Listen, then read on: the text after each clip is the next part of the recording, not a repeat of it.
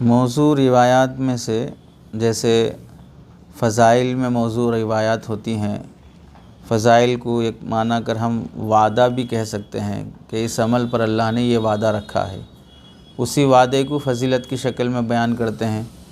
جیسے اشراق پڑھنے پر اللہ نے ایک حج عمرے کی فضیلت رکھی ہے، تو اس فضیلت کو ہی وعدہ کہتے ہیں۔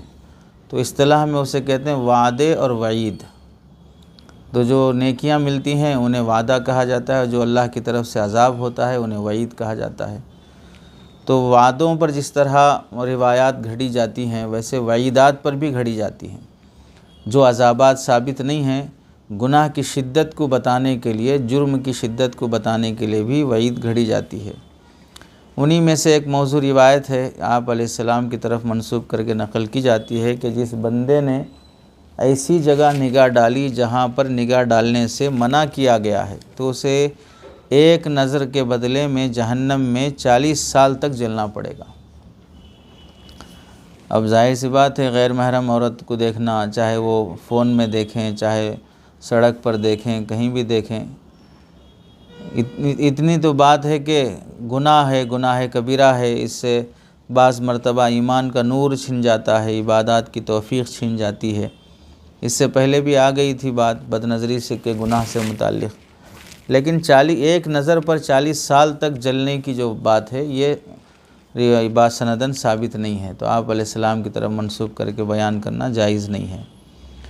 ایسے ہی بد نظری پر ایک اور روایت نقل کی جاتی ہے، بد نظری کی وجہ سے اللہ تعالیٰ کے دیدار سے بندہ کل قیامت میں محروم رہے گا۔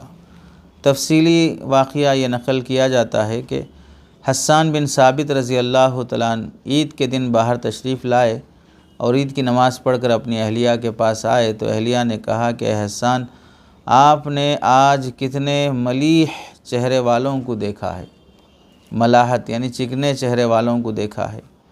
کم رأیت من وجہ ملیح، حضرت حسان رضی اللہ تعالیٰ عنہ نے فرمایا، اللہ کی قسم میں نے اپنی آنکھوں کو اوپر کی طرف نہیں اٹھایا، ما رفعت طرفی ولا علمت ما کان من الناس، مجھے لوگوں کا علم ہی نہیں تھا کہ میرے ساتھ کون کون چل رہے ہیں، کون میدان عیدگاہ کے میدان میں ہیں۔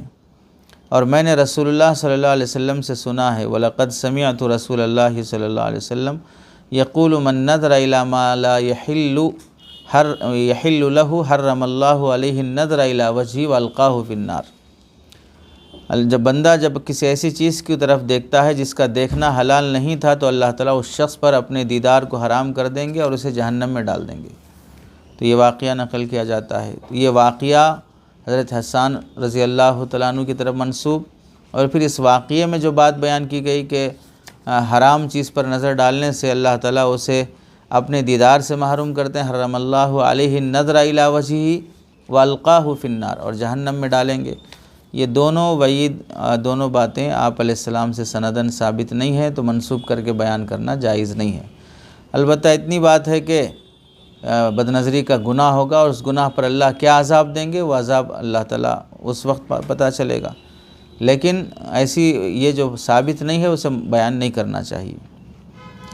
ایسے ہی ایک روایت مشہور ہے کہ بد نظری پر قیامت کے دن اللہ تعالیٰ انگارے یا سلاخیں انسان کے آنکھوں میں ڈالیں گے، تو سلاخیں جلا کر آنکھوں میں چبھویا جائے گا جو بد نظری کرتا ہے۔ یہ روایت بھی ثابت نہیں ہے۔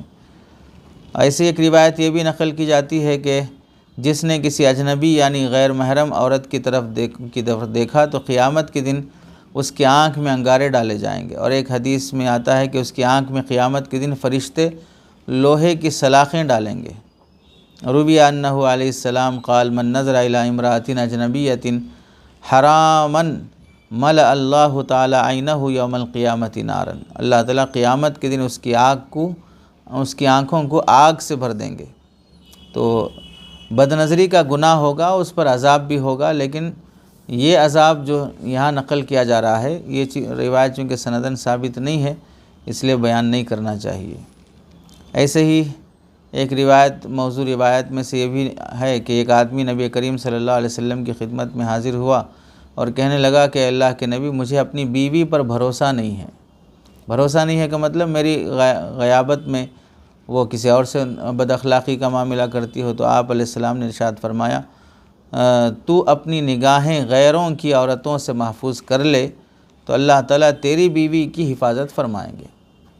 تم غیروں کی عورتوں سے تم دلچسپی لیتے ہو تو تمہاری عورت میں کوئی دوسرا دلچسپی لے رہا ہے، تو اس واسطے تم اپنی عورت کو محفوظ پانا چاہتے ہو تو تم دوسروں کی عورتوں کو محفوظ رکھو۔ یہ آپ علیہ السلام نے فرمایا۔ لیکن یہ واقعہ بھی اور اس طرح کی روایت بھی آپ علیہ السلام سے سنداً ثابت نہیں ہے، تو آپ صلی اللہ علیہ وسلم کی طرف منسوب کر کے یہ باتیں بیان کرنا شرعاً درست نہیں ہے، اس سے بچنا چاہیے۔